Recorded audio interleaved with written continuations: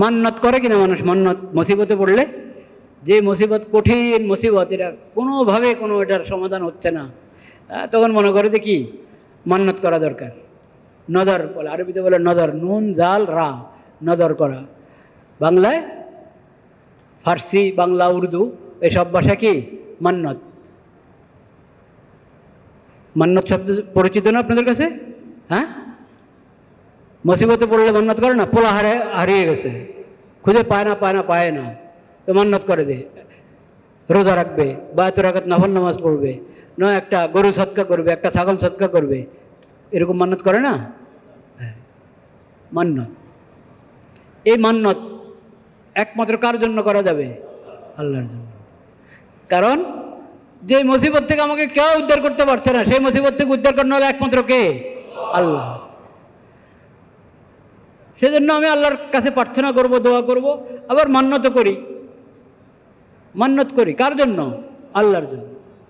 আল্লাহ, আপনি আমাকে উদ্ধার করেন, আমি আপনার জন্য এত রাকাত নামাজ পড়ব, আমি এতটা রোজা রাখব, আমি আপনার রাস্তায় এত সদকা খায়রাত করব। এসব কার জন্য হবে? আল্লাহর জন্য। কিন্তু এখন মান্নত যদি ফকিরের জন্য হয়, ফকির বুঝেন?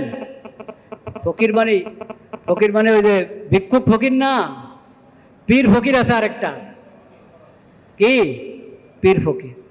পীর ফকিরের জন্য মান্নত শিরিক কিনা? শিরিক। পীর ফকিরের জন্য মান্নত করা কি শিরিক। মান্নত একমাত্র কার? আল্লাহর। কারণ মান্নত যে জন্য হয় সেটা তো কার বৈশিষ্ট্য? আল্লাহর জন্য, আল্লাহর বৈশিষ্ট্য।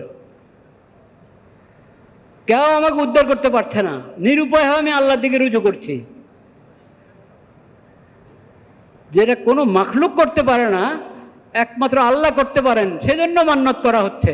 তাহলে এই মান্নত আল্লাহ ছাড়া অন্য কারোর জন্য জায়েজ হবে? হারাম, স্পষ্ট কি হারাম, স্পষ্ট শিরিক। গায়রুল্লাহর জন্য মান্নত করা শিরিক। বলেন, গায়রুল্লাহর জন্য মান্নত করা কি? গায়রুল্লাহ অর্থ আল্লাহ ছাড়া অন্য, আল্লাহ ছাড়া অন্য, সব গায়রুল্লাহ। ওস্তাদ শাগরিদ আল্লাহ না গায়রুল্লাহ? গায়রুল্লাহ। পীর মুরিদ আল্লাহ না গায়রুল্লাহ? গায়রুল্লাহ।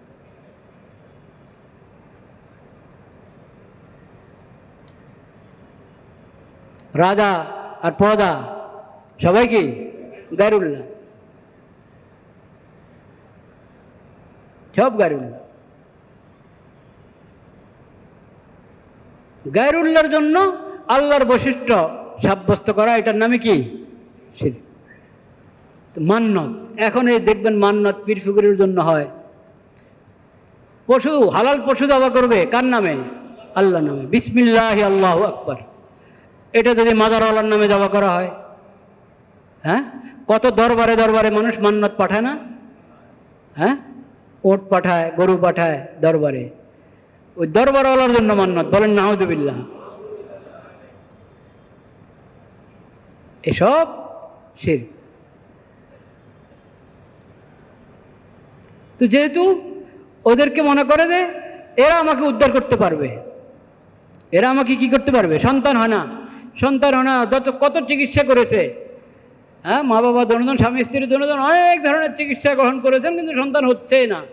দোয়া করিয়েছে অনেককে দিয়ে, তাও সন্তান হচ্ছে না। কত তদবির, হচ্ছে না, সন্তান হচ্ছে না। তো করবেন কি? না হলে আল্লাহর কাছেই চাইতে হবে, ঠিক কিনা? রব্বি হাবলি মিনাস সালিহিন। নবীরা সন্তান কার কাছে চেয়েছেন? আল্লাহর কাছে। রব্বি হাবলি মিনাস সালিহিন, আল্লাহ আমাকে নেক সন্তান দান করেন, আল্লাহ আমাকে নেক সন্তান দান করেন। বলেই যাচ্ছেন। আমরা তো 1-2 মাস না 1-2 বছর দোয়া করে ক্লান্ত হয়ে যায়, দোয়া ছেড়ে দিই। আর নবীরা জিন্দিগিভর দোয়া করেছেন, 80 বছর বয়সে সন্তান পেয়েছেন। কিন্তু দরবার কয়টা? একটা। চাইতে হবে কার কাছে? শুধু আল্লাহর কাছে। রব্বি হাবলি মিনাস সালিহিন। দিবেন কবে আল্লাহ, সেটা আল্লাহ জানেন। হতে পারে দুনিয়াতে দিবেন না, হতে পারে দিবেন না দুনিয়াতে। ইয়াহাবু লিমান ইয়াশাউ ইনাসাও ওয়া ইয়াহাবু লিমান ইয়াশাউ যুকুর। আল্লাহ যাকে চান মেয়ে দান করেন। মেয়ের কথা কিন্তু আগে বলা হয়েছে, কিন্তু অনেক মানুষ দেখবেন আগে মেয়ে হলে মন খারাপ করে। কেন মন খারাপ করে? আল্লাহ বিবরণ দেওয়ার সময় আল্লাহ মেয়ের কথা আগে বলেছেন। ইয়াহাবু লিমান ইয়াশাউ ইনাসা, আল্লাহ যাকে চান মেয়ে সন্তান দান করেন।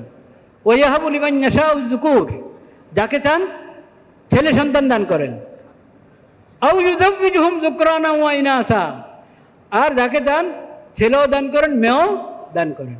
সংখ্যা বরাবর হতে পারে, সংখ্যা বেশি হতে পারে, কমও হতে পারে। 5টা মেয়ে, 7টা মেয়ে, একটা ছেলে, হ্যাঁ 7-8 জন ছেলে, একটা মেয়ে। ইউযাওয়িজুহুম যুকরানা ওয়া ইনাসা ওয়া ইয়াজআলু মান ইয়াশাউ আকিমা, আর যাকে চান আল্লাহ তাআলা নিঃসন্তান রেখে দেন।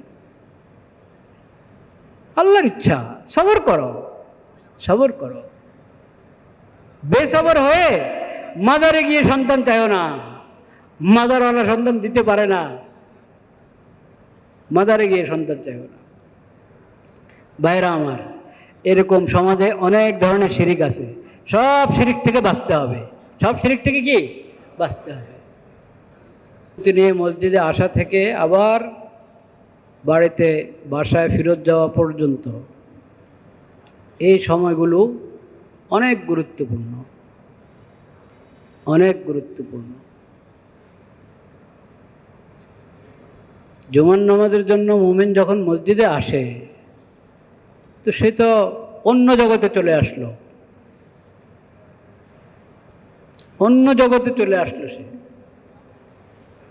তার চিন্তা চেতনা মন মনস সব জান্নাতমুখী থাকবে, সব জান্নাতমুখী থাকবে। দুনিয়ার ধান্দা এই সময়ের জন্য একবারই সে ছুঁড়ে ফেলে দেবে। তার দিমাগ, তার দিল, তার দেহ সব আল্লাহমুখী থাকবে, জান্নাতমুখী থাকবে। এটা হলো মসজিদের আদব। বিশেষভাবে জুমার দিন, বিশেষভাবে জুমার দিন, জুমার জন্য যখন আসব তখন তো আমি ভিন্ন মানুষ।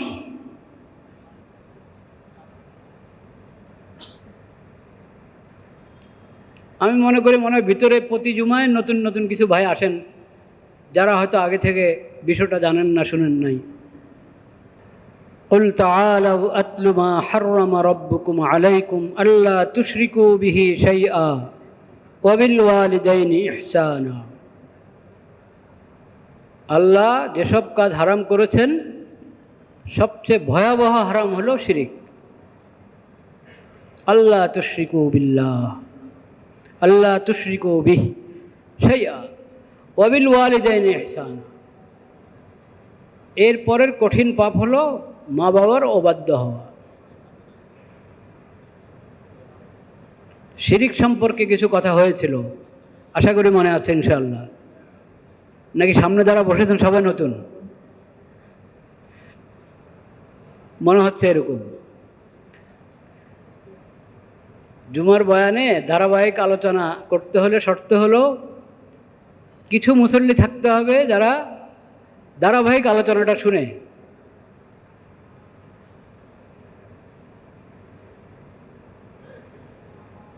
তাহলে বিষয়ভিত্তিক ধারাবাহিক আলোচনা করা সম্ভব হয়, সহজ হয়। আর যদি প্রতিদিনই সামনের মুসল্লিরা নতুন, তাহলে তো এখন যে কথাটা হবে গত সপ্তাহের কথার পরিপূরক কথা। তো আগেরটাই যদি আমার শোনা না থাকে তো পরেরটা কীভাবে আমি অনুধাবন করব? যাই হোক, ধরে নিলাম যে অনেকে আছেন যারা গত সপ্তাহের আলোচনা শুনেছেন। আল্লাহ হায়াতে রাখলে এই বিষয়ে আরও কথা হবে ইনশাআল্লাহ। ওয়া আখিরু দাওয়ানা আলহামদুলিল্লাহি রাব্বিল আলামিন।